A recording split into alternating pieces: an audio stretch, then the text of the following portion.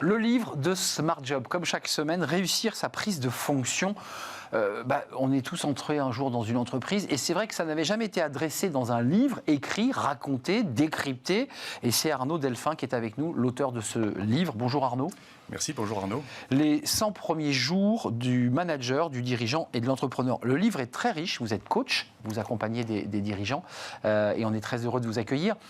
Pourquoi vous vous êtes penché sur ce sujet ? Parce que j'imagine, parce qu'à travers le livre que j'ai lu, on découvre des témoignages. Alors vous êtes prudent, hein, selon un coach, on me raconte que. On peut imaginer que c'est peut-être à vous qu'on l'a raconté. De personnes qui finalement ce livre vous disent je suis arrivé dans la boîte, j'étais hyper bien payé mais c'était pas satisfaisant. On voit quand même l'enjeu psychologique, la puissance de l'angoisse du dirigeant qui arrive dans une boîte. C'est très angoissant. En fait, quand un dirigeant arrive dans une boîte, déjà il arrive dans un milieu qu'il ne connaît absolument pas. Il connaît bien son job, mais pas du tout la boîte dans laquelle il arrive. Et donc il va être complètement déstabilisé. C'est pour ça qu'il faut du temps au début pour que je m'arrête un peu, je cartographie, je regarde. Et ça va être fondamental, on l'oublie trop souvent en fait. Vous dites attention de ne pas se tromper dans l'attitude à avoir, puisque vous nous faites une liste assez précise de l'ambitieux, le donneur de leçons, le déçu, et je trouve que c'est assez juste. Il y a celui qui est toujours en train de dire, mais dans la boîte d'avant c'était tellement mieux, l'ambitieux qui veut tout écraser, celui qui sait tout. Oui, exactement. Mais en fait c'est assez classique, vous arrivez, vous êtes dirigeant, vous voulez vous dire, il faut que je prouve que je suis bon, j'ai été recruté pour changer les choses, donc je vais y aller à fond. Et en fait le problème c'est que le système ne vous attend pas. Le système il fonctionnait très bien avant sans vous, il fonctionnera très bien après sans vous. Alors pas vous Arnaud évidemment, mais enfin en général, dans une boîte, c'est comme ça que ça se passe. Encore que. Et voilà. Et donc en fait, il faut prendre le temps de s'asseoir, d'écouter les gens, faire le job évidemment, mais pas changer les habitudes de travail. Sinon, vous risquez de sortir. Donc le coach que vous êtes à travers ce livre, vous nous dites quand même en fil rouge, va pas trop vite. Oui. Prends le temps d'écouter. Surtout. Et surtout, n'essaie pas d'écraser, parce que vous y revenez assez souvent, n'écrase pas les autres de ton savoir et de ton talent. Exactement, mais si vous voulez prenez un exemple, si on vous demande un conseil, vous donnez un conseil, si le conseil est mauvais, je ne fais pas le débat. Si le conseil est bon, ça veut dire que vous passez le message à votre collaborateur, ça fait 15 ans que tu étais là, tu n'avais pas eu la bonne réponse, moi en un mois j'ai eu la bonne réponse, et bien vous partez aussi vite. Donc dans les deux cas de figure, vous avez tort. Le meilleur moyen c'est de prendre le temps, poser des questions, faire le job, et ce temps c'est 2-3 mois environ, et puis après vous pouvez y aller évidemment. Executive Summary, se rendre crédible, c'est le chapitre 2, cette petite phrase que j'ai notée, faire le job entre guillemets, mais sans bousculer les habitudes de travail. Exactement. C'est vraiment un travail de subtilité. Oui, parce qu'en fait on est en phase d'une homéostasie au sens systémique du terme, du jargon, où en fait effectivement si vous changez trop les habitudes, vous ressortez, c'est le corps étranger qui arrive, qui va ressortir en fait, et il faut vraiment... Il est expurgé en fait ce corps étranger. Oui, et il faut vraiment faire attention à ce côté systémique et qui n'est pas dû à tel ou tel collaborateur. On est tous comme ça dans un système. Nos systèmes familiaux, amicaux, professionnels.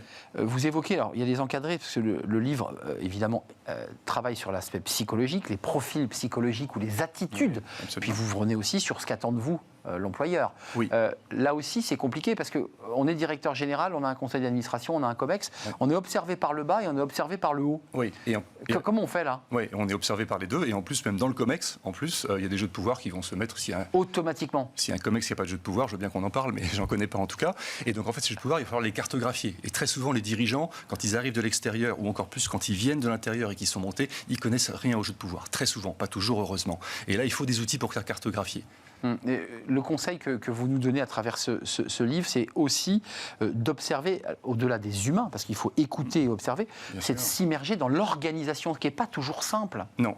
Et c'est vraiment aller voir l'ensemble des éléments de l'organisation, comment ils fonctionnent, bien comprendre qui fait quoi. Donc c'est l'organigramme, c'est l'organisation explicite. Et comme je le disais juste avant, c'est l'organisation implicite, ce qu'on appelle dans le jargon le sociogramme, c'est-à-dire que l'organisation classique, elle est hiérarchique, de haut en bas. Et là, le sociogramme va être vraiment à plat, qui connaît qui aime travailler avec qui, etc. Et il faut absolument cartographier ça. Et c'est la vraie vie. On a tous des amis, des gens qu'on aime moins, etc. Il faut comprendre ça si vous êtes dirigeant et que vous arrivez de l'extérieur. Ce qui est original dans ce livre, c'est qu'en fait, vous nous faites découvrir, au-delà de cette pyramide un peu classique qui peut s'afficher dans l'entreprise, l'enjeu politique et j'allais dire psychologique d'une prise de fonction. Oui, il est psychologique et aussi surtout sociologique. Dans le sens j'ai dit politique, mais c'est sociologique. Effectivement, sociologique dans le sens où c'est des acteurs, indépendamment de la psychologie, si vous voulez, du cadre qui est dans l'entreprise, c'est comment sociologiquement il va réagir en tant qu'acteur. Si jamais j'ai quelque chose qui m'arrive, comment je réagis, quel est mon intérêt dans l'organisation.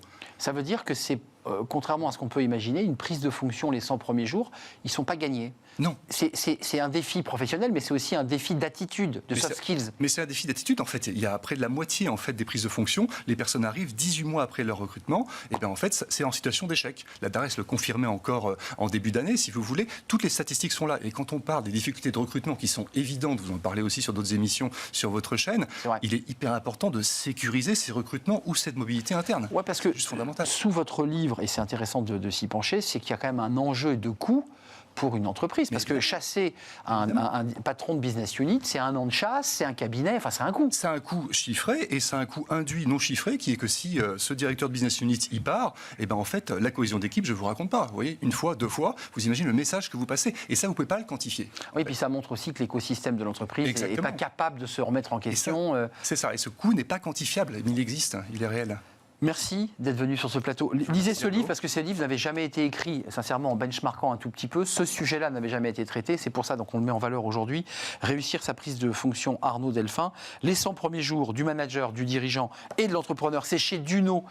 Et vous êtes coach, exécutif coach, et vous accompagnez des dirigeants parce que je pense qu'il y a beaucoup de tranches de vie dans ce que vous décrivez dans votre livre. C'est du vécu, comme on dit. Oui, c'est du vécu. Merci pour votre invitation. Merci Arnaud de nous avoir rendu visite. On fait une courte pause. C'est le cercle des experts avec l'actualité chargée.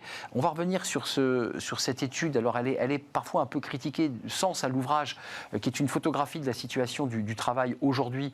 Un an de travail réalisé par des RH. On va revenir sur cette étude. On parlera aussi des pénuries d'emploi. On en parlait un instant dans la banque qui a de grandes difficultés de recrutement. Et puis on terminera sur le regard que portent les TPE et les PME, dans un contexte d'élection d'ailleurs, le regard qu'ils portent, ces artisans, sur le MEDEF, une sorte d'organisation très éloignée de leurs aspirations. Ce sont les thèmes, c'est le cercle RH, juste après la pause.